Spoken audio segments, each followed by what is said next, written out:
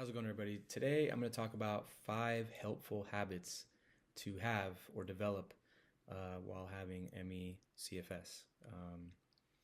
I've learned a lot over the last couple decades with ME, and I'd like to share what's worked for me. It may not work for you, but it has worked for me. So I'm just going to list 5 in no particular order. Number 1 is stop pushing yourself. Now, what I mean by that is don't stop trying to get healthy. Don't stop trying to get better, to be healed, to be cured, to do whatever you can to get better. Never stop that. That's extremely important. Keep a positive mindset. Do everything you can. But when your body's telling you, and we all know with ME, when our body starts to say, hey, stop. We know when that's happening. Most of us do. Listen, because post-exertional malaise is something we're all trying to avoid. Number 2. Pleasing those around you. Many people with ME that I've talked to, including myself,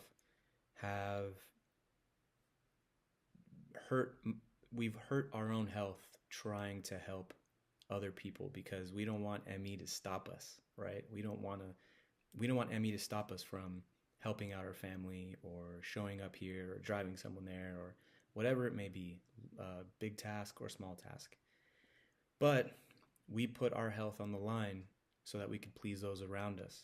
Number 3, and again, somewhat related, but it's learning to say no to people without feeling guilt. So really this is more about guilt.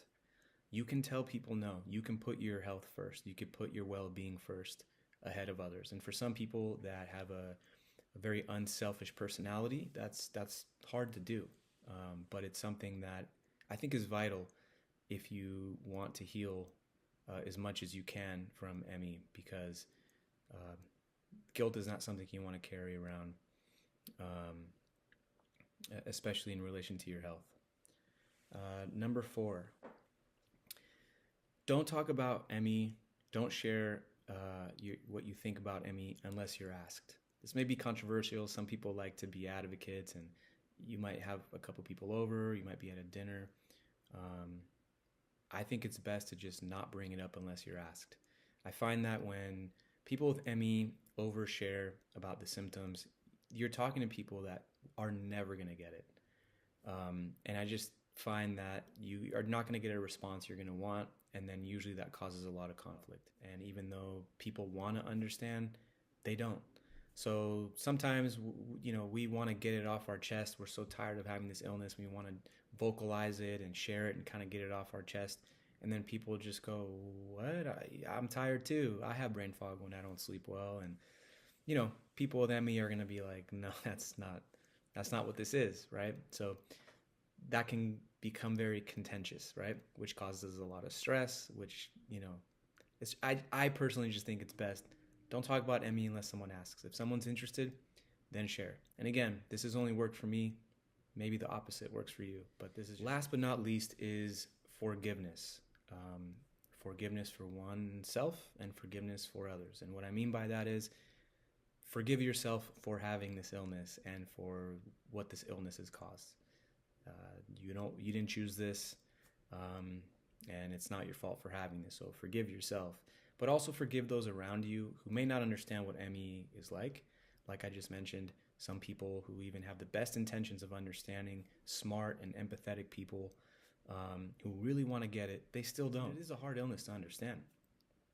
And you start forgiving the people around you and understand they're not treating you like that on purpose. They just don't know better.